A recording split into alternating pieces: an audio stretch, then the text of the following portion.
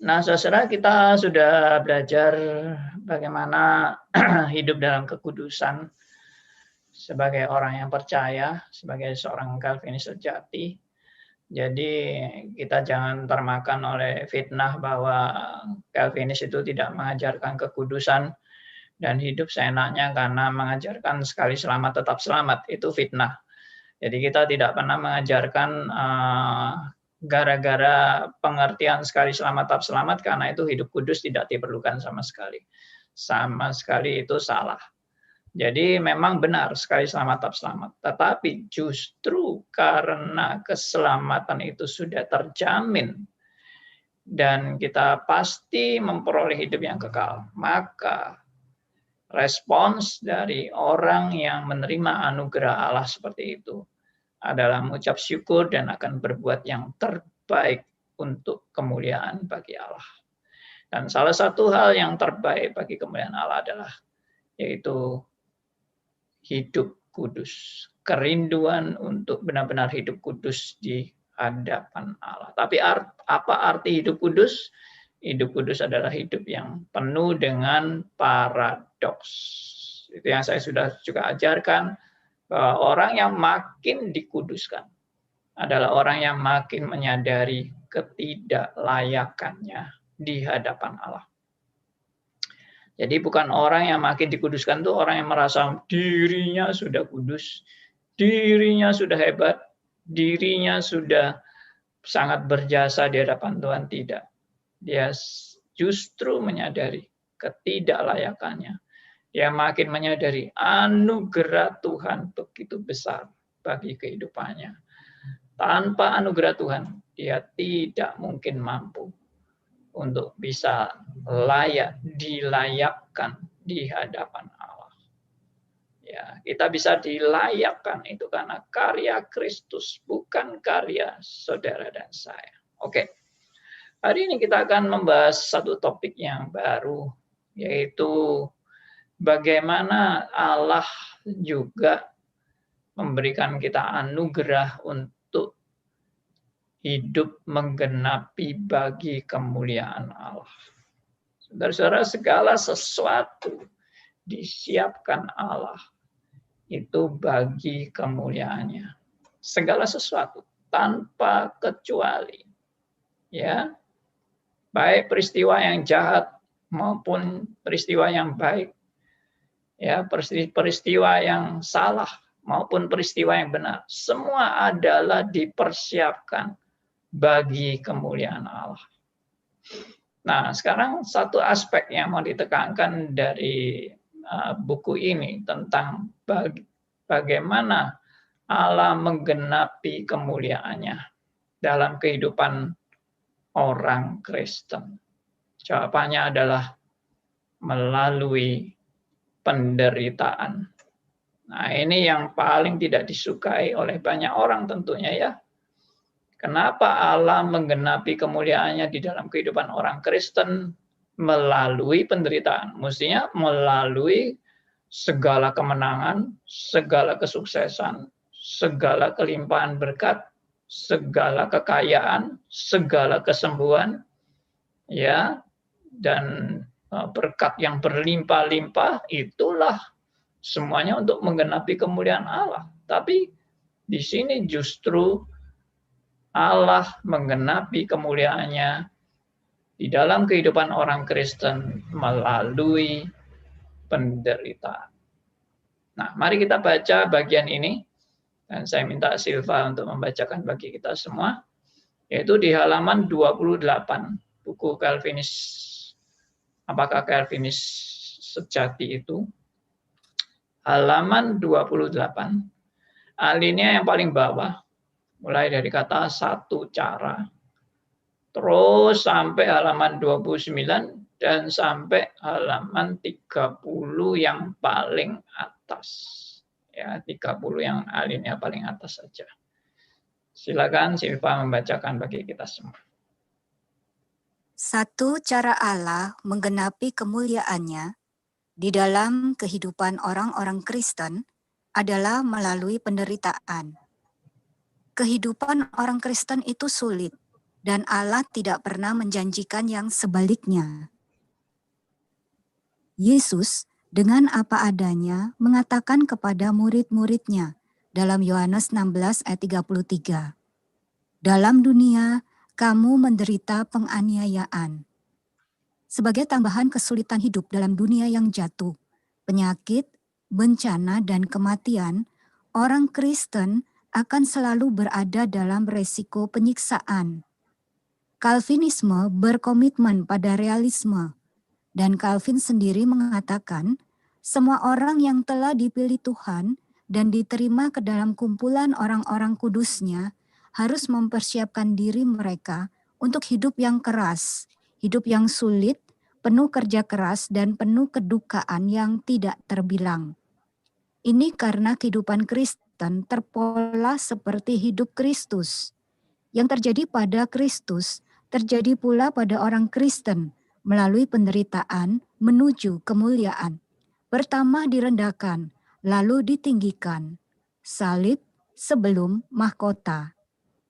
Buklet ini bukanlah tempat untuk diskusi lengkap mengenai penderitaan dalam kehidupan Kristen.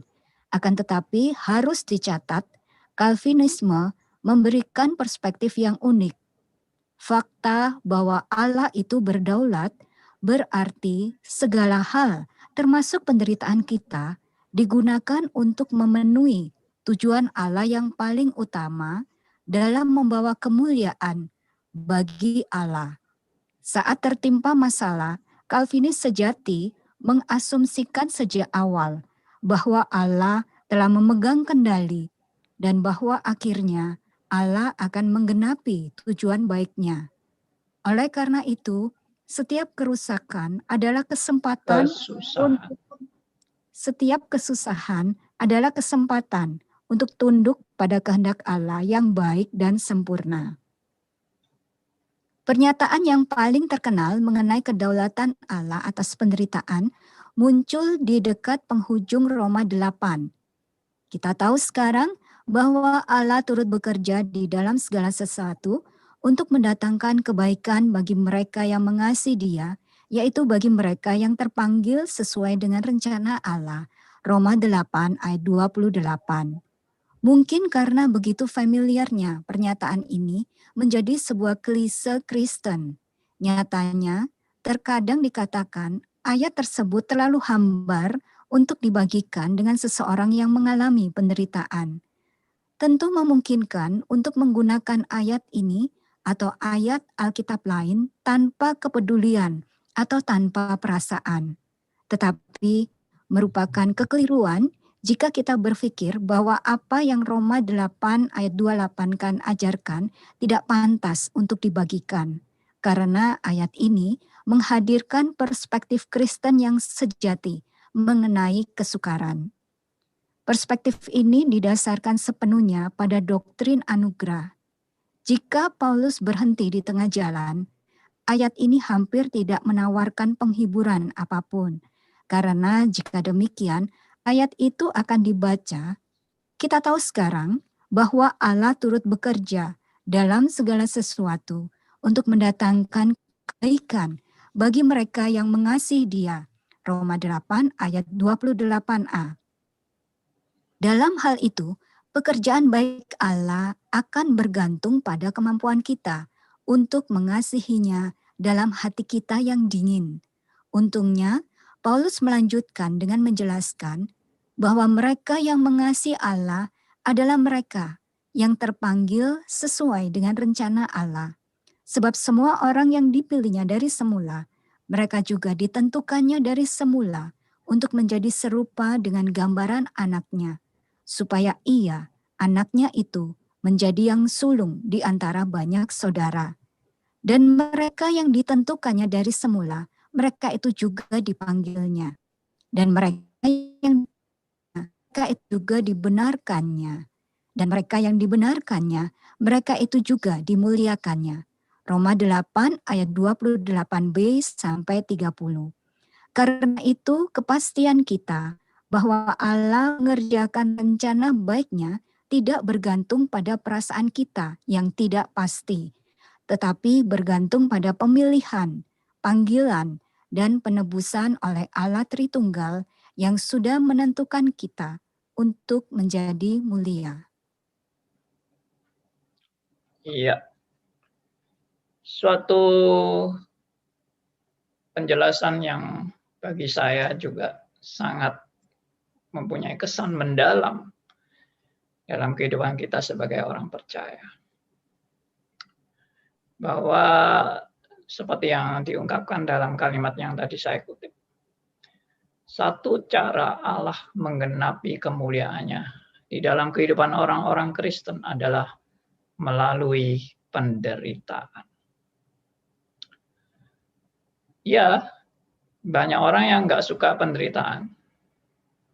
Tapi suka atau nggak suka, Tuhan akan mendidik saudara dan saya melalui penderitaan. Lalu ada yang tanya lagi, apakah bisa menawar supaya kita tidak menderita? Supaya kita dilepaskan dari penderitaan. Karena saya nggak kuat kalau menderita. Saya lebih senang untuk saya bisa hidup enak, nyaman, lancar. Semua serba sukses. Serba sehat, serba baik. Ya, tidak ada kejahatan, tidak ada kegagalan, tidak ada kesalahan atau kefatalan. Semuanya adalah serba indah dan serba baik. Itu baru saya senang menjalani. Saudara-saudara, jelas kehidupan saudara dan saya bukan saudara yang menentukan dan bukan saudara yang memilih, tapi Allah yang memilih. Dan Allah tahu jalan yang terbaik untuk mendidik saudara dan saya. Allah adalah Allah pendidik yang nomor satu. Dia tidak perlu kita nasihati. Allah jangan begini, Allah jangan begitu. Saya lebih senang pakai cara ini, saya lebih senang pakai cara itu. Tidak. Allah tidak perlu penasehat untuk bisa mendidik saudara dengan baik. Allah sudah tahu apa yang terbaik, cara apa yang terbaik, ya, dan apa yang diberikan yang terbaik. Tuhan sudah tahu semuanya, dan Tuhan juga tahu bagaimana yang paling tepat. Karena kita ini adalah orang-orang yang berdosa, dan orang-orang berdosa yang condong untuk melakukan yang tidak baik, dan orang berdosa yang condong melakukan yang tidak baik. Tuhan juga tahu cara mendidik yang terbaik. Nah, karena itu penderitaan dimasukkan di dalam cara Allah mendidik saudara dan saya. Maka perspektif orang Kristen terhadap penderitaan juga harus dirubah. Penderitaan itu bukan malapetaka. Penderitaan itu bukan musibah. Penderitaan itu bukan hukuman atau kutukan. Tapi penderitaan itu adalah bagian daripada Allah yang begitu mengasihi saudara dan saya. Dan Allah yang begitu mengasihi saudara dan saya adalah Allah yang ingin mendidik saudara dan saya. Dan cara Allah mendidik saudara dan saya untuk saudara dan saya menjadi lebih baik adalah melalui penderitaan. Sebenarnya hal ini bukan hal yang baru atau bukan hal yang asing sama sekali bagi kehidupan manusia. Ternyata pendidikan secara umum juga diakui bahwa manusia itu harus juga melalui ya namanya ujian, yang namanya pencobaan, ya, yang namanya hajaran untuk kita menjadi manusia yang lebih berkualitas. Ya, tidak ada pendidikan yang untuk lebih berkualitas, maka manusia dimanja-manjakan. Ya, pendidikan itu enggak usah pakai ya yang berat-berat, yang menyenangkan saja.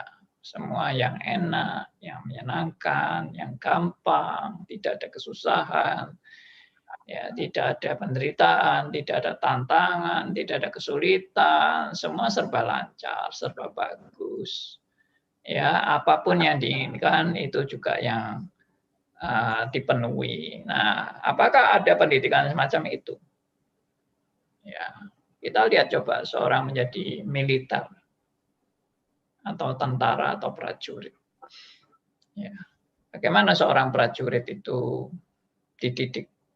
Apakah dengan ya hidup enak-enak aja, gampang-gampang aja, senang-senang aja, tiap hari makan enak, ya toh, tidur makan, itu kerjaan seorang prajurit. Wah, kalau seperti itu, saya yakin dia tidak akan siap untuk berperang. Akhirnya kerjaannya makan, tidur, akhirnya jadi gemuk, ya, kolesterol, ya sampai akhirnya ya tubuhnya nggak bisa mungkin lari dengan cepat dan sebagainya. Oh ya, tolong apa ini mic-nya di mute dulu ya supaya nggak feedback. Tolong mic-nya tolong di mute dulu supaya tidak feedback. Ya begitu. Jadi kembali kepada kenapa kok Allah memakai cara penderitaan di dalam ini pendidikan Allah. Ya itu yang memang sudah menjadi cara Allah yang paling tepat. Tidak usah tanya lagi. Manusia yang dididik melalui penderitaan akan menjadi manusia yang lebih berkualitas. Ya. Dan Allah tahu bagaimana cara mendidik dengan penderitaan itu sampai Anda benar-benar menjadi orang yang berkualitas. Allah tahu. Memang tidak semua orang yang mengalami penderitaan pasti menjadi berkualitas. Ada orang yang mengalami penderitaan tapi makin buruk dan jadinya makin negatif. Ya, ada itu. Contohnya ada orang yang jadi penjahat. Kalau setelah diteliti, diselidiki riwayat hidupnya dia, kenapa dia sampai jadi penjahat? Karena dia hidup terlalu menderita. Dan karena penderitaannya itu, maka dia ingin orang lain juga menderita. Maka dia tidak suka kalau lihat orang lain senang. Begitu ada orang lain yang terlihat bahagia, dia akan merusak hidup orang itu. Entah dengan menculik atau merampok atau bahkan membunuh orang yang hidup dalam keadaan berbahagia. Dia tidak senang melihat orang lain berbahagia karena dirinya menderita terus. Nah, ada yang seperti itu kan. Tapi tentunya Allah mendidik saudara dan saya dalam mengalami penderitaan untuk tidak kita menjadi seorang penjahat tentunya. Tapi menjadi seorang yang sadar, ya setelah kita mengalami penderitaan, kita sadar ya, hidup kita ini semata-mata hanya bergantung kepada Allah. Ya, saya akan bacakan juga sebagian tadi yang sudah dibaca oleh Silva. Ya. Di sini dikatakan bahwa Yesus dengan apa adanya mengatakan kepada murid-muridnya, dalam dunia kamu menderita penganiayaan. Itu di Yohanes 16 ayat 33.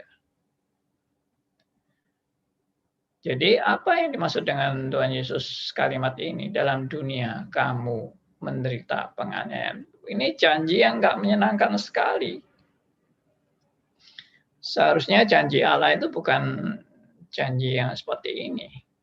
Ya, seharusnya janji Allah itu adalah janji bahwa kamu akan hidup senang, kamu hidup akan sukses, ya, kamu akan dilimpahi berkat-berkat luar biasa. Ya, apa yang kamu lakukan pasti berhasil. Tidak ada penderitaan, tidak ada penganiayaan. Kamu pasti menang, ya. Tapi tidak. Ternyata Tuhan Yesus bilang, dalam dunia kamu menderita penganiayaan. Nah, inilah yang diambil jadi pelajaran dalam buku ini. Lalu dikatakan sebagai tambahan kesulitan hidup dalam dunia yang jatuh. Ya, memang karena dunia sudah jatuh dalam dosa, ya karena manusia juga sudah jatuh dalam dosa, maka muncullah yang namanya hal-hal yang boleh dikatakan menyebabkan manusia menderita, seperti penyakit, bencana, kematian, ya. Dan menjadi orang Kristen juga lebih mempunyai risiko, yaitu apa? Yaitu penyiksaan.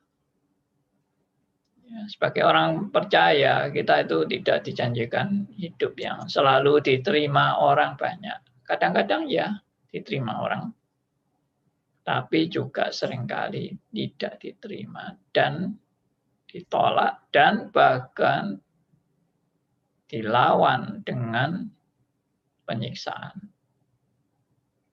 atau ancaman bahkan kematian.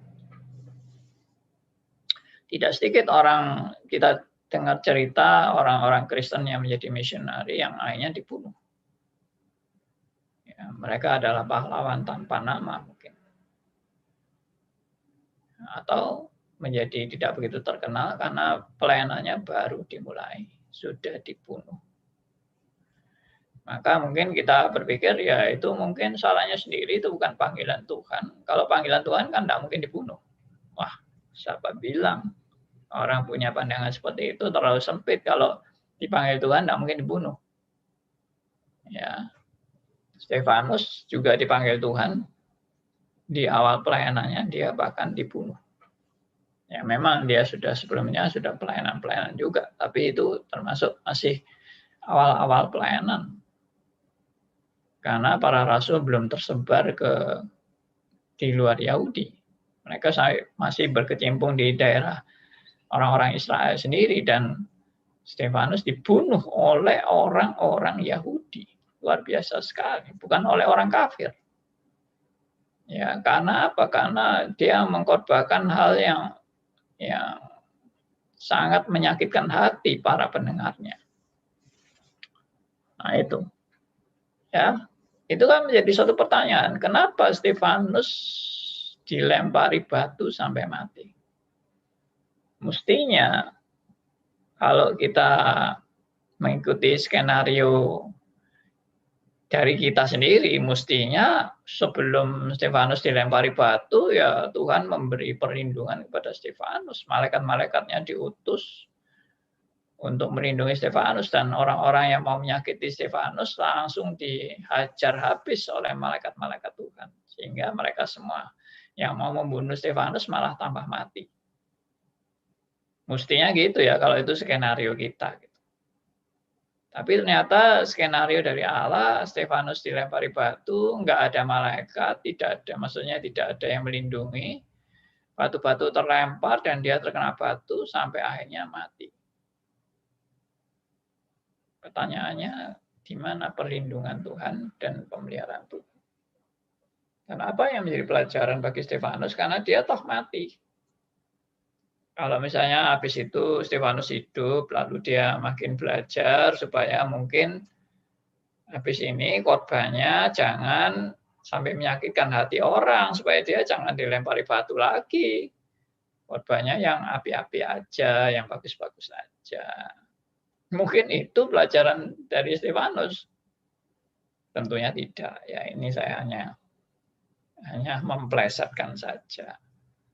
Jadi jelas tujuan Tuhan adalah membentuk orang makin berkualitas. Tapi kalau mati, berkualitas apanya? Ya. Nah, saya percaya benar di dalam saat-saat Stefanus menghadapi kematian seperti itu, dia juga sedang diproses dan dibentuk oleh Tuhan. Di dalam komitmennya mengikut Tuhan dengan setia. Dan itu kita lihat di dalam kesaksian Stefanus sendiri. Bagaimana dia benar-benar setia sampai mati. Nah, jadi ini juga suatu pendidikan, saudara-saudara. pendidikan juga bagi semua orang yang melihat Stefanus, termasuk Saulus yang akhirnya menjadi Paulus. Saulus melihat bagaimana Stefanus mati dan melihat bagaimana Stefanus melihat ke atas langit terbuka dan melihat Yesus duduk di sebelah kanan Allah. Saya nggak tahu waktu itu Saulus bagaimana menyaksikan Stefanus, tapi kemungkinan dia melihat Stefanus yang menjelang kematian itu menjadi suatu kesaksian yang tanda petik bagi Paulus, suatu hal yang luar biasa. Ya, kalau kita lihat di masa gereja abad pertengahan, banyak orang-orang Kristen dibunuh. Nah, bukan pertengahan ya, awal, abad-abad awal. Orang-orang Kristen yang dibunuh, dibantai, diadu dengan binatang buas dan sebagainya. Ya, dipermainkan oleh Kaisar Romawi. Yaitu kelihatannya orang Kristen menjadi orang yang sangat lemah dan tidak berdaya.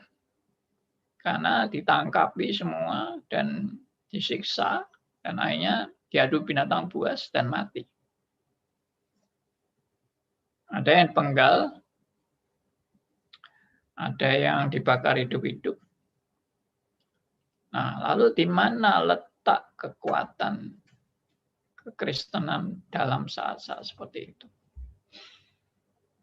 Nah, justru yang kita lihat dalam kesaksian-kesaksian yang dicatat dalam peristiwa-peristiwa itu adalah banyak orang yang memang ada yang mencibir ya, mencibir tentang kekristenan. Tapi di antara orang-orang itu yang melihat peristiwa itu juga banyak yang sangat terkesan dan begitu kagum dengan iman para pengikut Kristus yang setia sampai mati. Di dalam penderitaan mereka tidak mau menyangkal iman mereka.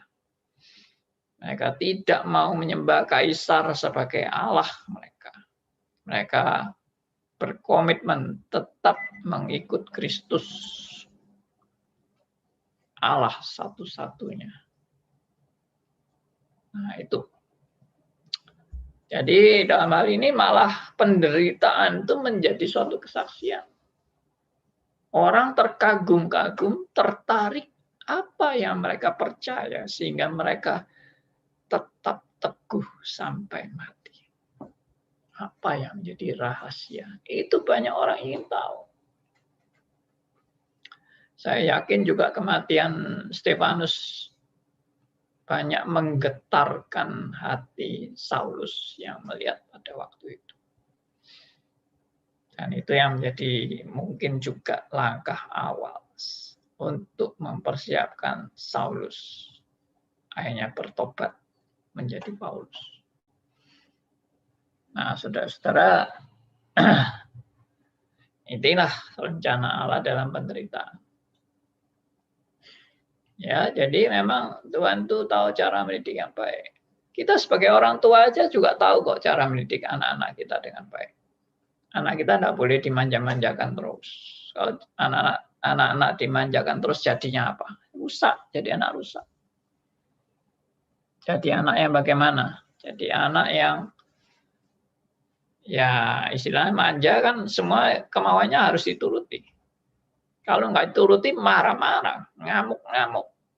Ya, mungkin barang dibanting-banting karena kemauannya tidak dituruti. Karena dia sudah terbiasa. Apa yang dia mau pasti diturutin. Pasti diturutin. Sekarang tidak mau dikasih, saya yang marah. Saya banting-banting. Supaya apa? Supaya kemauan saya yang dituruti. Jadi orang yang anak semacam ini adalah anak yang makin dididik untuk makin egosentris dan mementingkan si aku nomor satu. Keinginanku yang harus dituruti. Orang semacam ini akan makin sulit untuk mengerti arti menyangkal diri dan memikul salib. dan mengikut Tuhan. Karena bagi dia kehendak saya yang nomor satu, keinginan saya yang harus diturutin. Ini menjadi rusak. Maka orang tua yang bijak tidak akan segala sesuatu dituruti. Keinginan anak semuanya dituruti, tidak. Ya, orang tua yang baik akan mendidik dan menghajar anaknya dan supaya tidak segala keinginan anaknya harus dituruti. Nah, itu orang tua aja tahu kok cara mendidik yang baik, apalagi bapak yang disuka. Pasti lebih tahu bagaimana cara mendidik yang terbaik. Oke, saya berhenti sampai di sini dulu, karena waktu tentunya juga. Jadi kita bisa bertanya jawab atau berdiskusi dengan bahan yang sudah saya sampaikan tentang ya, penderitaan adalah sebagian daripada rencana Allah bagi orang-orang yang percaya. Ya, silakan. Ya, Pak Andi, terima kasih untuk penjelasannya. Saudara, silakan untuk Anda yang ingin bertanya juga Anda bisa bergabung, Anda bisa melalui aplikasi Zoom, melalui WhatsApp, ataupun Anda bisa bertanya melalui chatting live YouTube ya, yang sudah diaktifkan untuk saat ini. Pak Andi, penjelasan tentang Pak Andi ini membuat saya ingat ya, cerita tentang beberapa orang-orang Kristen yang dibunuh oleh pasukan ISIS. Dan ini merupakan true story ketika pasukan ISIS ini memenggal kepala orang-orang Kristen yang ada di Suriah. Itu satu orang kemudian menjadi Kristen. Dia menjadi Kristen karena dia melihat ketika orang-orang Kristen ini akan dipenggal kepalanya oleh para agojo, mereka awalnya dikasih kesempatan, sangkali imanmu, tetapi mereka tetap nggak mau, mereka tetap percaya kepada Kristus dan malah mereka berlutut berdoa gitu.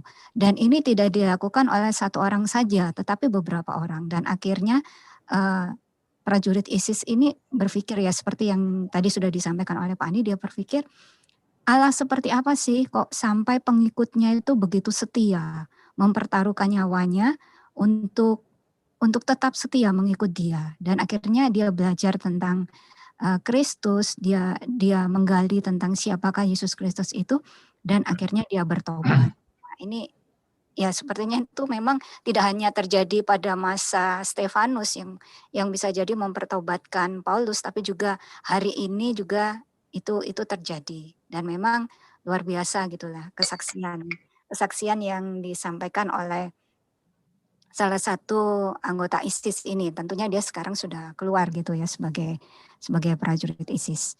Ya, ini yang bisa saya tangkap ya Pak Andi ya. Walaupun memang berat gitu loh. Orang Kristen harus siap menderita memang, tetapi ketika kita diperhadapkan pada situasi seperti itu ternyata ya berat juga. Maunya sih kita mempermuliakan Allah, mengajak orang kenal Allah itu melalui kemegahan kita, misalnya keberhasilan kita, kesuksesan kita. Tetapi ketika kita diminta Allah ingin engkau memperkenalkan Allah melalui penderitaanmu, ya berat juga gitu ya. Iya. Memang ada banyak orang Kristen yang bilang, saya tidak siap menderita. Saya lebih siap hidup berbahagia dan senang-senang. Ya memang, siapa yang nggak tahu. Kalau kita lebih enak memang kalau disuruh pilih, mana yang kamu mau pilih? Menderita atau hidup enak dan menyenangkan? Dan hidup penuh dengan kesuksesan. Ya, dan banyak orang Kristen juga berpendapat bahwa kalau kita menderita terus malah bisa menjadi saksi. Penderitaan itu malah menghalangi orang untuk menjadi percaya. Tapi kalau hidup sukses, ya enak, kaya, ya berkelimpahan, akan banyak orang menjadi percaya. Justru menurut saya percaya karena melihat contoh hidup orang Kristen yang sukses dan penuh dengan kemenangan, maksudnya penuh dengan keberhasilan. Itu Kristen tanda tanya justru. Karena Kristennya dia itu Kristen yang motivasinya hanya ingin sukses, kaya, enak, ya, nyaman, ya, makmur, dan seterusnya. Itu bukan Kristen yang sejati. Orang seperti itu sudah tidak mungkin bisa memahami kalau dia mengalami penderitaan. Dia mungkin malah tambah marah-marah sama Tuhan. Kenapa kok saya menderita? Mestinya kan saya sukses. Mestinya saya ikut Tuhan kan saya berhasil. Kenapa kok saya tambah bangkrut? Ya, bisa tambah kecewa. Tapi kalau dia betul-betul anak Tuhan, dia akan mulai memahami cara mendidik Allah yang berbeda dengan tawaran si iblis atau si setan yang memang ingin menipu orang-orang percaya untuk menjauhkan diri dari Tuhan, ya, dan mengikut cara-cara iblis yang menyenangkan itu, ya. Makanya kita harus waspada. Oke? Ya, ini juga saya kaitkan ya Pak ya dengan penulis lagu yang begitu terkenal, Horatio Spafford. It is well with my soul ya. Lagunya begitu indah, tetapi kalau kita melihat latar belakang penulisannya itu rasanya sedih sekali. Dan saya baru menyadari ternyata ada ya yang mengalami penderitaan seperti Ayub gitu ya. Dia orangnya setia di dalam Tuhan, tetapi toh akhirnya dia mengalami penderitaan begitu rupa. Propertinya hangus, terbakar, anak-anaknya meninggal gitu ya.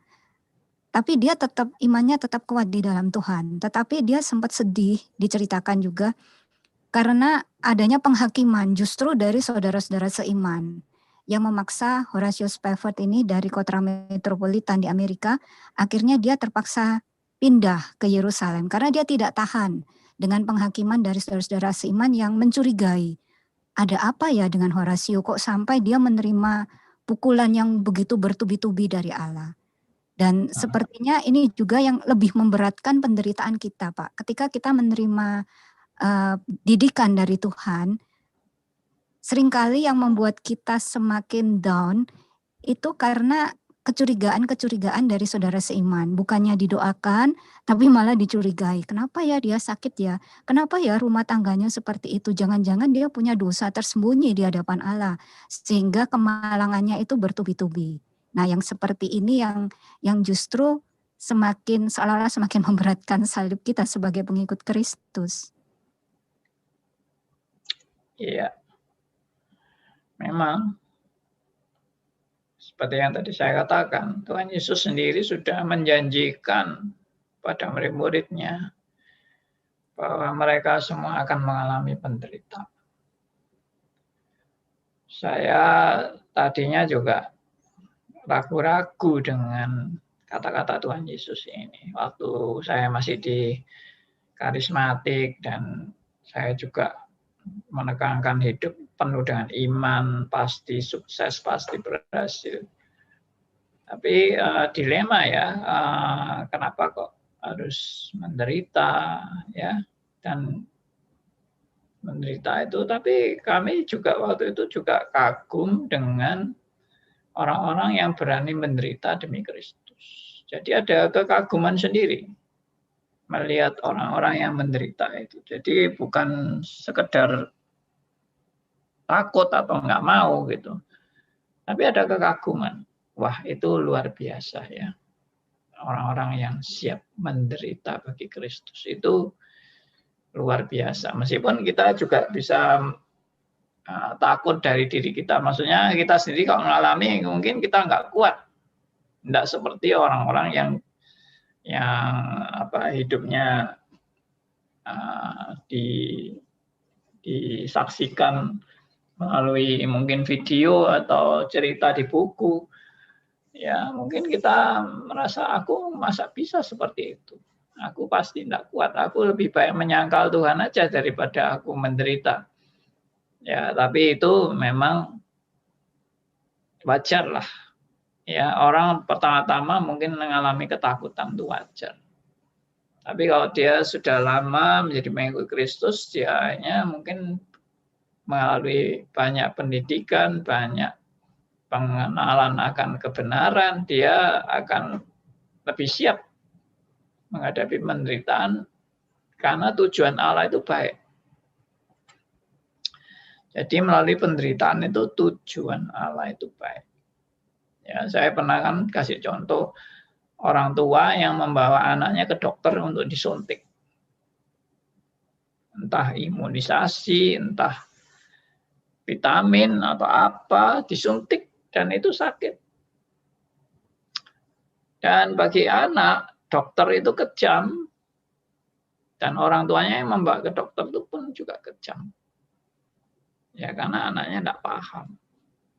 Cara berpikir Allah dan cara berpikir manusia itu bisa beda. Demikian juga cara berpikir orang tua dan cara berpikir anak itu bisa konflik dan bisa bertentangan. Tapi kalau anak ini nanti sudah makin dewasa, dia baru mengerti, oh tujuan Allah itu ternyata untuk kebaikanku. Jadi dia makin disiapkan. Jadi saya percaya orang-orang yang mungkin menderita sampai harus mati demi mengikut Kristus itu ada suatu proses dan kekuatan yang Tuhan berikan kepada mereka sampai mereka betul-betul yakin menghadapi kematian, tidak takut. Dan banyak di antara mereka yang bahkan minta diberi kesempatan untuk boleh menyanyi, memuji Tuhan sebelum mati.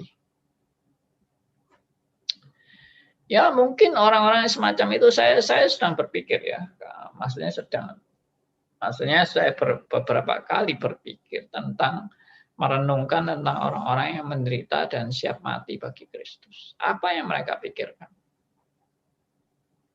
Apa yang mereka pikirkan pada detik-detik mereka menghadapi kematian? Apakah mereka masih berharap mujizat? Berharap tidak mati? Atau benar-benar sudah siap mati?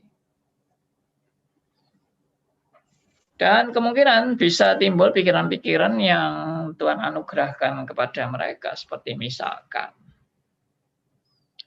ya semua orang toh pada akhirnya mati. Nah itu bisa punya pikiran seperti itu kan. Saya mau mati sekarang atau saya mau mati nanti. Sekarang saya masih muda atau saya mau mati tua. Ya. Hidup itu juga hanya sementara. Bagaimanapun suatu saat pasti saya menghadapi kematian. Nah, sekarang tinggal waktu aja. Tapi mati suatu hal yang pasti. Mau kapan waktunya mati? Kalau saya percaya Tuhan sudah kasih waktu yang terbaik. Ya inilah waktu yang terbaik. Kalau memang saya harus menjalani hukuman mati saat ini. Itu waktu yang terbaik. Tuhan tidak pernah salah dalam mendidik atau memberikan juga waktu bagi saudara dan saya. Tuhan tidak pernah salah. Dia selalu memberi waktu yang tepat. Oke, itu yang dari saya. Ya, saudara, untuk Anda yang ingin bertanya masih ada waktu, silakan Anda bisa menghubungi kami melalui WhatsApp di 0813 5790 1628. Sekali lagi, WhatsApp kami di 0813 5790 1628. Ya, Ibu Silva. Ya. Selamat pagi. Silakan. Pada saat saya dikirim link untuk ikut Zoom ini, saya menyimak, penderitaan, wow. Ini yang saya tunggu. Tapi dari tadi, saya pikir ya sudah saya berikan Bu Silva ngomong dulu. Kasihan Ibu selama Zoom ini. Kalau ada masuk berarti Ibu jarang bisa memberikan satu masukan atau pertanyaan. Menarik Pak Andi. Saya pikir kita punya semua, saya pikir ini adalah skenario Tuhan bagi kita masing-masing ya. Sebelum saya sakit, saya getol sekali menyatakan tentang kedaulatan Tuhan. Tuhan kasih saya sakit. Pada saat saya dikasih sakit, saya pikir, wow, saya dulu ngocehnya luar biasa, sekarang buktikan yang kamu ngocehkan. Waduh, ini satu yang saya pikir, wah hebat juga Tuhan. Saya dikasih paham yang sebelum sakit, begitu fanatik. Begitu sakit, ayo lu bilang begitu, buktikan. Dan saya makin powerful. Yang saya ingin tarik, Pak. Istri saya luar biasa, Pak. Dia seorang Bali asli. Dari kecil sampai dia remaja, dia melihat 5 kali bapaknya mau dibunuh. Wah, akhirnya dia dendam sekali kepada keluarganya yang ingin membunuh bapaknya. Untuk apa? Saya pikir, waduh ini sampai hari ini saya baru mengerti. Sudah mengerti sih dari belakangan. Ternyata Tuhan membentuk dia untuk masuk, kalau dia bukan menjadi Kristen, waduh, dia menjadi seorang pendendam. Sama seperti film-film kungfu ya. Gimana dia bisa menjadi hero karena tujuannya untuk membalas dendam.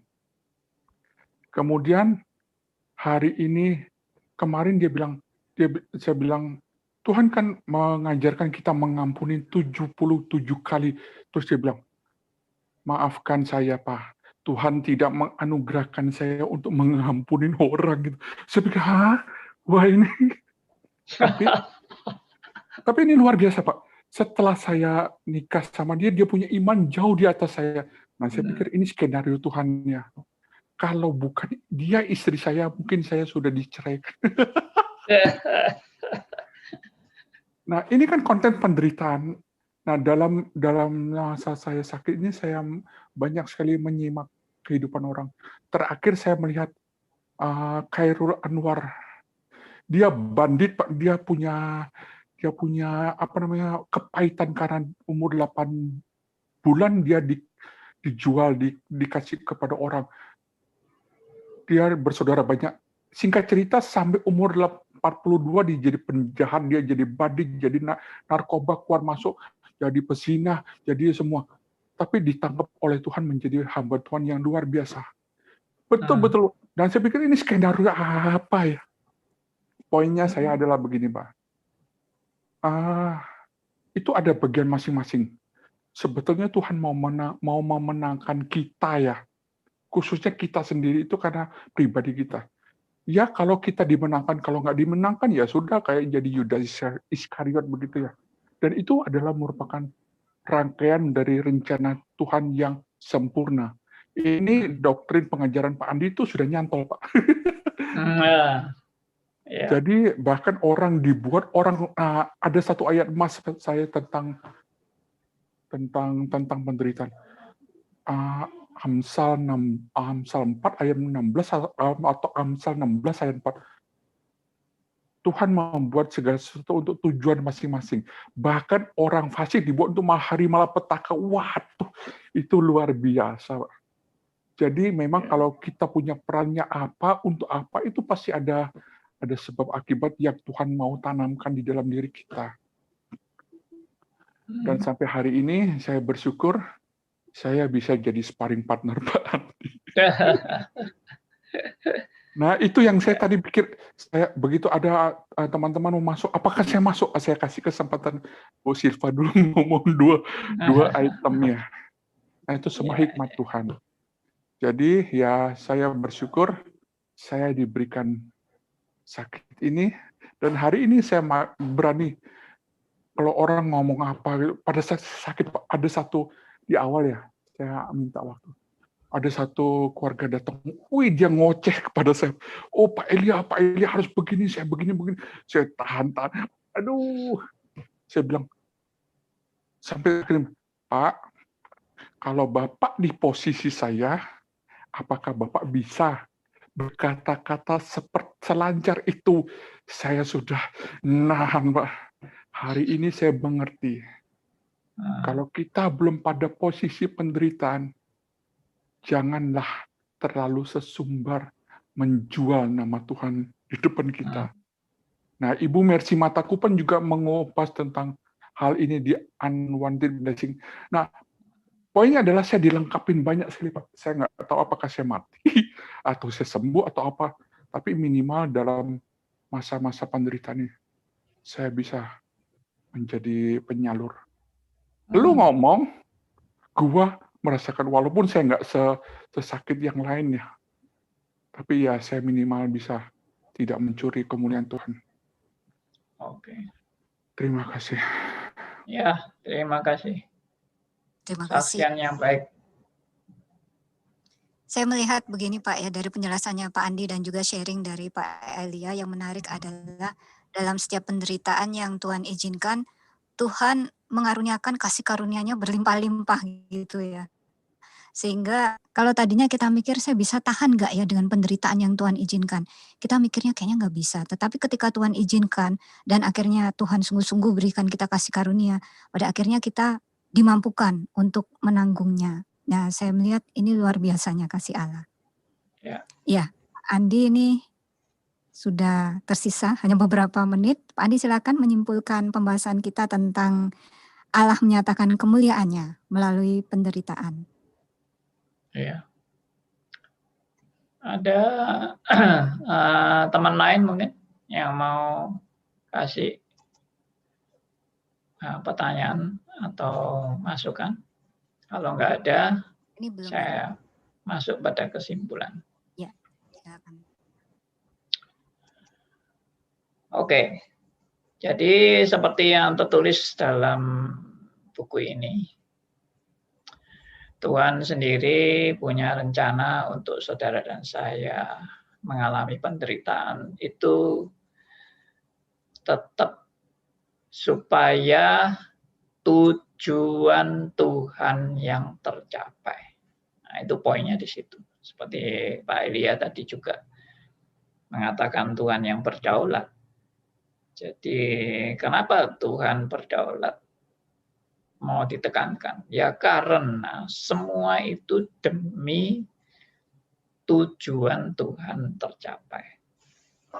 Jadi bukan hanya semata-mata demi kebaikan Anda dan saya, untuk mengalami penderitaan supaya Anda dan saya menjadi orang yang makin berkualitas. Tapi yang menjadi poin yang lebih utama adalah kehendak Tuhan yang terjadi melalui penderitaan yang saudara dan saya alami sebagai orang percaya. Sekali lagi, supaya tujuan Tuhan yang tercapai, rencana Tuhan yang terjadi atau tergenapi melalui penderitaan-penderitaan yang kita alami. Dan salah satu tujuan Tuhan yang tergenapi itu adalah kita memang sedang dibentuk untuk hidup sama seperti guru agung kita, yaitu hidup seperti Kristus hidup. Dan sang guru agung kita adalah guru agung yang memberi contoh hidup, bagaimana hidup dalam penderitaan. Maka sangat konyol sekali kalau ada orang Kristen yang bilang, kalau kita menderita, kita tidak mungkin bisa menjadi saksi. Itu perkataan konyol dan penghinaan bagi guru agung kita yang mengalami penderitaan. Karena justru guru agung kita ini mengalami penderitaan, dan justru itu yang dia saksikan kepada murid-muridnya dan kepada seluruh dunia. Jadi kesaksian Kristus adalah kesaksian hidup yang menderita,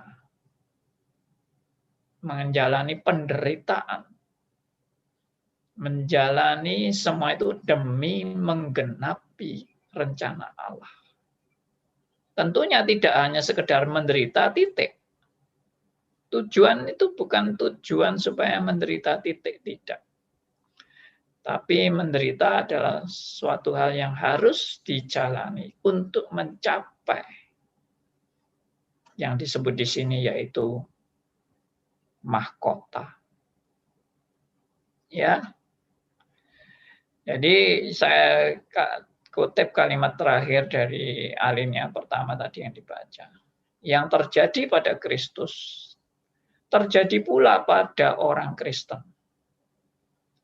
Melalui penderitaan, saya ulangi, melalui penderitaan menuju kemuliaan. Pertama direndahkan, lalu ditinggikan. Salib sebelum mahkota.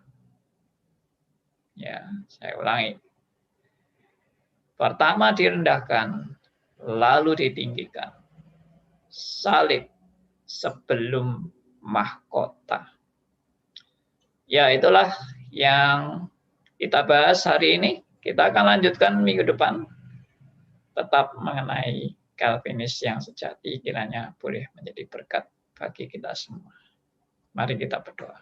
Bapa yang di surga, kami bersyukur karena kami mempunyai teladan Kristus dalam menjalani hidup di dunia ini. Kami sadar hidup ini hanya mampir, hanya sementara, tapi kami hidup dalam rencana Tuhan. Dan Tuhan sedang mendidik dan mengarahkan hidup kami supaya genaplah rencana Tuhan melalui dan di dalam kehidupan kami masing-masing. Terima kasih.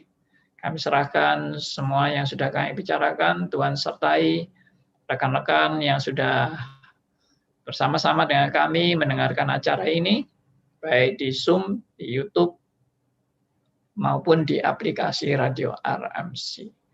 Kami serahkan doa kami dan seluruh kehidupan kami. Kami percaya Tuhan selalu menyertai dan Tuhan sudah menyediakan yang terbaik bagi setiap anak-anak Tuhan. Dalam nama Tuhan kami Yesus Kristus, Tuhan dan Juru Selamat kami yang hidup, kami berdoa. Amin.